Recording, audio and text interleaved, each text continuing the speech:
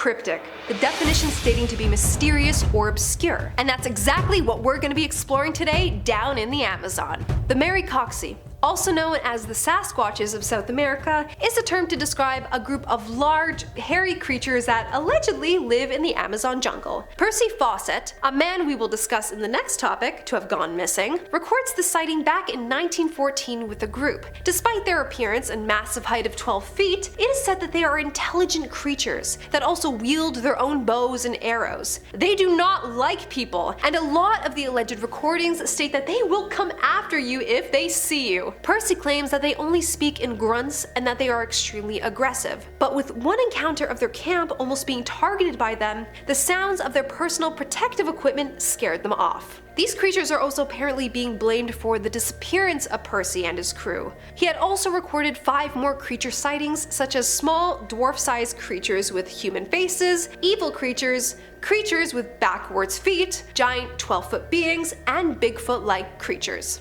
Alright, so who is this Percy Fawcett? Well, he looked like your stereotypical adventurer with his starking blue eyes, nicely trimmed beard, all together with that Stetson hat. He was also an inspiration for Indiana Jones. His goal was to map up the landscape of the Amazon forest along with a group of others, to which he named it the last great blank space in the world. He theorized that there had to be ancient civilizations that lived within the Amazon, since he has his own run-ins with the indigenous people. Running with this theory, he also became obsessed with the idea of finally discovering El Dorado, the city of gold. "We shall return," he said, "and we shall bring back what we seek." So freaking cool! On April 20th, 1925 was when his adventure, along with his 21-year-old son, Jack, had begun. The hostile environments of the jungle didn't slow him down either, and would often be ahead of his younger crewmates. The last that was ever heard about him and his group was just a month after, when he sent a bunch of his findings and a letter back to his wife with his guides. There were several theories as to what could have happened.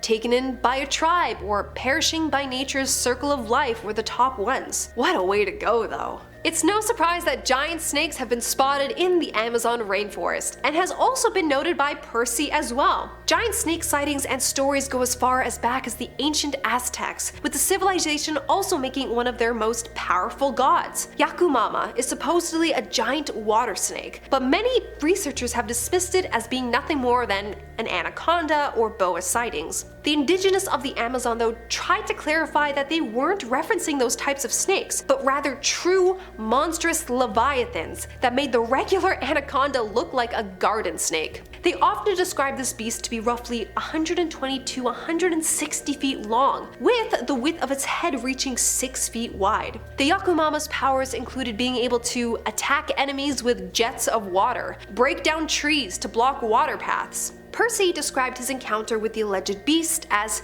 far as it was possible to measure, a length of 45 feet lay out in the water and 17 feet in, making it a total length of 62 feet. Especially back then, scientists shrugged off his claims too and called them outlandish. Well, they were sure as heck got proven wrong when the Tydana boa was discovered in 2002. Check that out. El Cuero, which translates to the cow hide based on its appearance, has made its existence known several times throughout the course of history, just 25 miles out from the Chilean border. Witnesses state that creature is described as having a hairless head and spine, and a body structure which has the appearance of cowhide, which has been splayed out to dry. Based off this description alone, many researchers are claiming that this is probably just a freshwater stingray, but some of the differences between the two sea creatures make them think otherwise. The Unknown Explorer's website states, El Cuero's face is said to be repugnant, bearing reddish stalks upon which rest the creature's snail-like eyes. It is also reported that this creature has a proboscis-like mouth located in the center of its torso. Locals believe that though his mouth, El Cuero sucks the life force out of both its human and animal prey. Eyewitnesses have also reported seeing a series of razor-sharp claws along the fringes of El Cuero, which the creature uses to secure its game. Yeah, it doesn't sound like a stingray to me. To this day, there is no physical evidence of this creature actually existing, and all that we have are stories from the indigenous tribes that harbor the area. If these creatures couldn't appear even more creepier, they will, and they can. The hualapen is another water monster that seems to have made its home in the murky lakes and rivers of Chile. One rumor has it that if a woman who was pregnant accidentally lays eyes on that thing, their unborn will also come out as a monster. What's interesting is that some of these accounts made by people somewhat resemble those of the water horse that's situated in the UK, making researchers question if there really is another family of an unidentified sea creature. It's been described as such, having the head of a young calf attached to the bony body of a shorn sheep, with short front legs and a back end that resembles a seal. This beast derives its name from the Machu Picchu word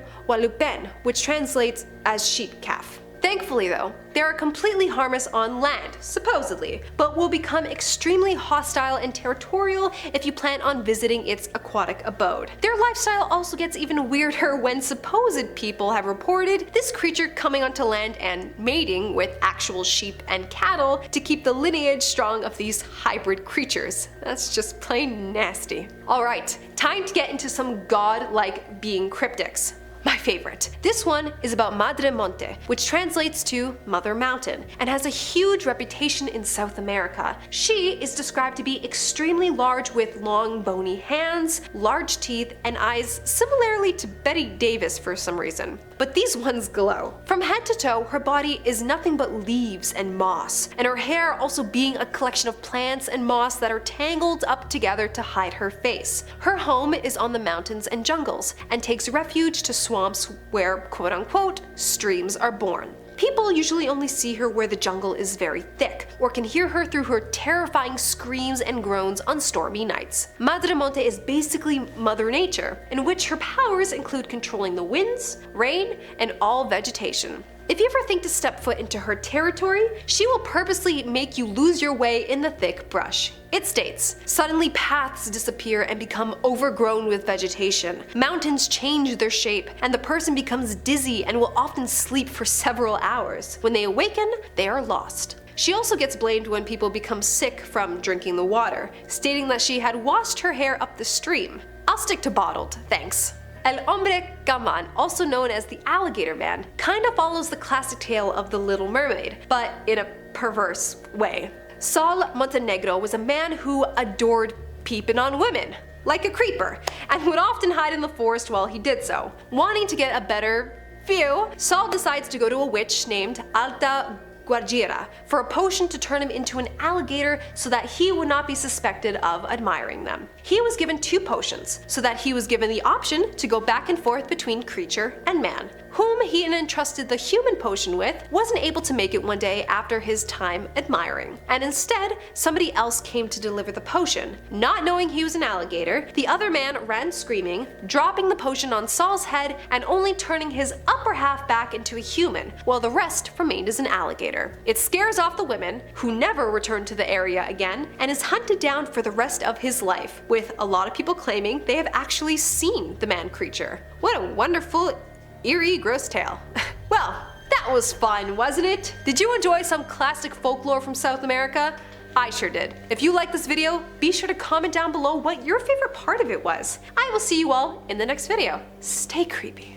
Want to see more videos like this one? You have to check out this video next. It's about real creatures found in the Mariana Trench that you won't believe.